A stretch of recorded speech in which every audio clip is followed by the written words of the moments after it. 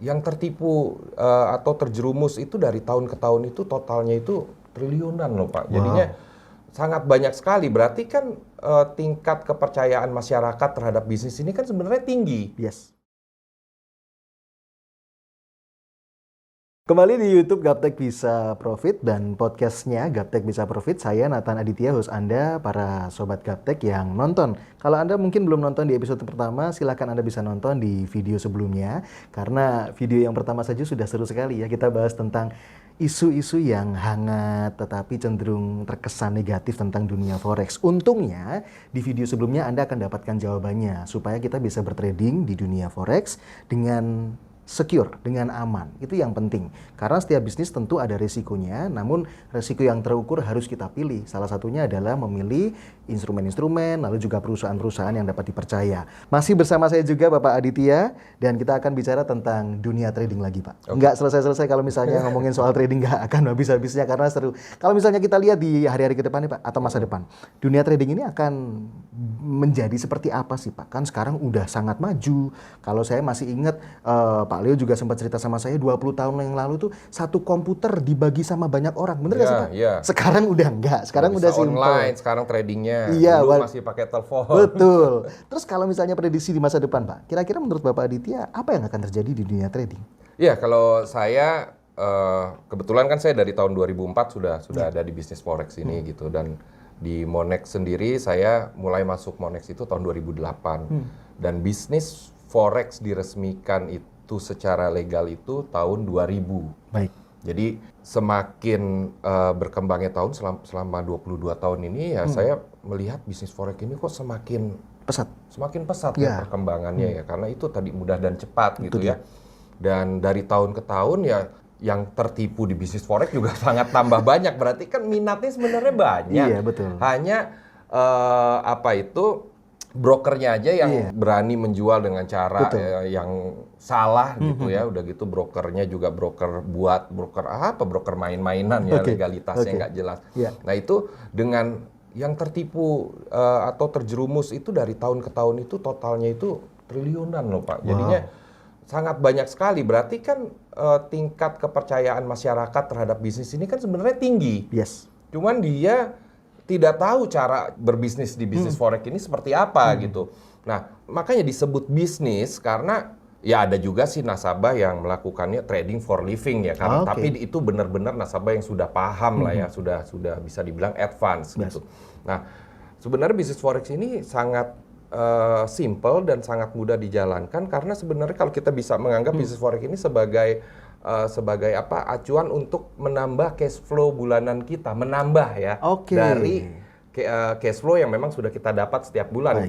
Saya pengen jalanin bisnis saya tapi modal saya cuma 5 juta atau modal saya cuma 10 juta. Bisnis apa ya gitu ya. Apalagi sekarang ini banyak trading menggunakan robot atau sinyal yang sudah disediakan, bisa online, bisa dijalankan secara online gitu. Jadi saya rasa akan semakin banyak pesat bisa lagi. dibilang bisnis forex ini adalah bisnis yang tidak akan termakan oleh zaman.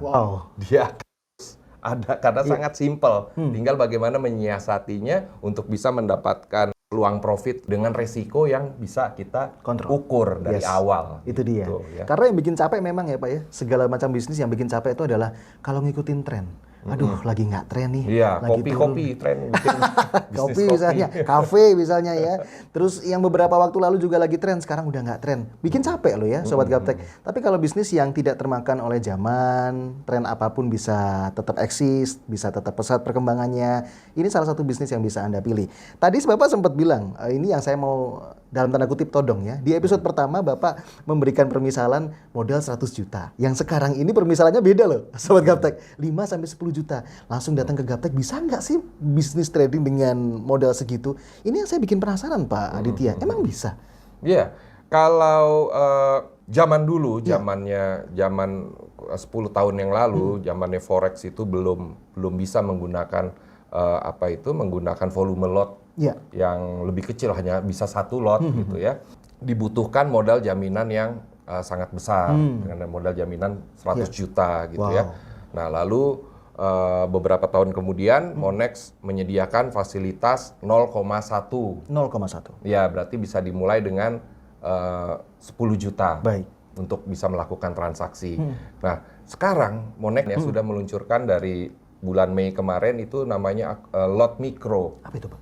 Lot mikro itu ya lot yang sangat kecil. Jadi nasabah dengan modal Rp500.000 saja sudah bisa melakukan transaksi trading di bisnis forex gitu ya. Nah, hanya ada beberapa robot atau beberapa sinyal yang memang ketahanan dananya harus sekian loh, nggak bisa 500.000 gitu. Nah itu harus kita cermati juga dan harus kita ikuti masukan itu gitu. Karena kita tidak terus kepengen nasabah, oke buka aja akun 1 juta main lot mikro, tapi money manajemennya akhirnya jadi bingung karena terlalu sempit dananya gitu loh. Nah idealnya dengan adanya lot 0,01 ini, dana yang dibutuhkan biasanya idealnya itu sekitar 10 juta. Baik.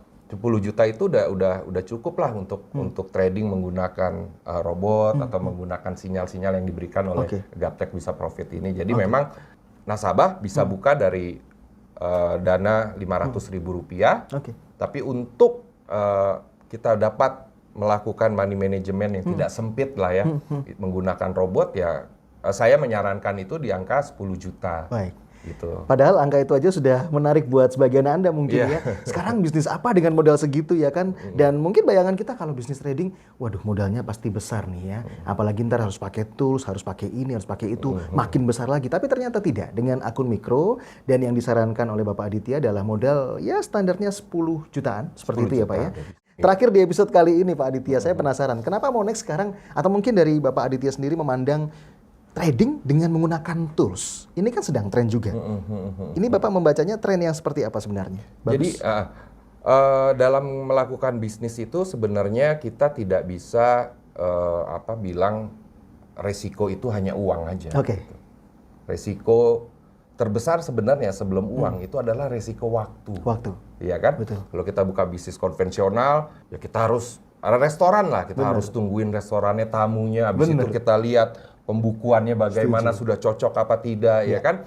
Nah, jika kita melakukan bisnis forex, apalagi dibantu dengan tools yang disediakan oleh Gaptek Bisa Profit ini, waktu kita jadi semakin fleksibel dan efisien gitu ya, tidak perlu memantau market, ya kan? Walaupun juga itu tidak membutuhkan waktu lama sebenarnya. Jadi kita sambil bekerja, kita sambil happy sama keluarga, ya uang kita terus berputar. Itu dia. Dengan resiko yang kita udah ukur, resiko keuangan yang sudah kita ukur, dan waktu kita nggak ada resiko. Baik. Ya, karena kita tidur pun robot pasti bekerja. Itu dia. Ya kan, robot pasti bekerja, atau kita lagi ada waktu senggang, lagi di rumah pulang kerja, dapat sinyal trading, entry. Kalau kurang yakin nggak usah entry. Jadi benar-benar enak ya untuk masalah waktu, fleksibel time and place ya, jadinya benar-benar bisnis yang enak sebenarnya, apalagi menggunakan sistem sistem otomatis ini jadinya lebih enak. Menarik ya, bukan hanya financial freedom tapi juga time freedom ya Pak. Itu yang dipentingkan dalam sebuah bisnis. Episode kedua akan saya tahan sebentar, akan ada episode selanjutnya, jangan kemana-mana. Buat Anda yang belum subscribe di YouTube Gaptek Bisa Profit, saya harap Anda sudah subscribe ya untuk lihat dan dengarkan serta simak episode selanjutnya di podcast Gaptek Bisa Profit.